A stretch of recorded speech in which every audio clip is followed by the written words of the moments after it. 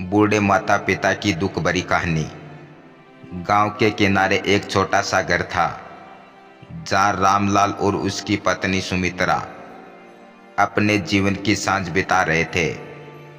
उम्र के इस पड़ाव पर उन्हें अपने बेटे रवि से बहुत उम्मीदें थी, जिसे उन्होंने बड़े प्यार और मेहनत से पाल पोस कर बड़ा किया था। रवि बचपन में बहुत होनहार था। रामलाल और सुमित्रा ने अपनी खुशियों को ताक पर रखकर उसकी पढ़ाई के लिए दिन रात मेहनत की।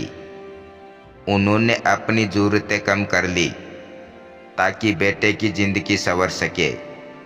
समय बीता। रवि एक बड़ी कंपनी में नौकरी करने शहर चला गया। धीरे धीरे उसका आना जाना कम हो गया और शादी के बाद तो जैसे वह माता पिता को भूल ही गया। जब भी रामलाल और सुमित्रा फोन करते तो बहू कोई ना कोई बहाना बना देती। रामलाल की आंखों में अब भी अपने बेटे के लिए वही प्यार था, लेकिन रवि के लिए वे बोझ बन गए थे। एक दिन जब रामलाल बीमार पड़ा तब उन्होंने रवि को फोन किया।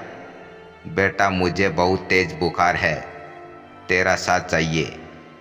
रवि ने ठंडी आवाज में कहा, पापा डॉक्टर को दिखा लीजिए, मैं बहुत बिजी हूँ। उस दिन रामलाल को एहसास हो गया कि जिस बेटे के लिए उन्होंने अपनी जिंदगी लगा दी वही अब उनके साथ नहीं है।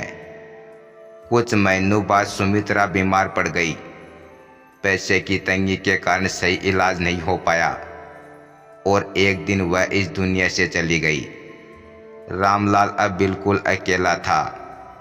आंखें दरवाजे पर टिकी रहती, शायद बेटा आएगा, लेकिन वह नहीं आया। रामलाल का दिल अब टूट चुका था। एक दिन जब लोगों ने उसके घर का दरवाज़ा खोला तो देखा रामलाल हमेशा के लिए इस दुनिया से विदा ले चुका था। जब रवि को यह खबर मिली वह कुछ देर चुप रहा, फिर अपने काम में लग गया। शायद उसके पास पछतावे के लिए भी समय नहीं था। इस कहानी से हमें यह सीख मिलती है कि बूढ़े माता पिता हमारे जीवन की जड़ें हैं।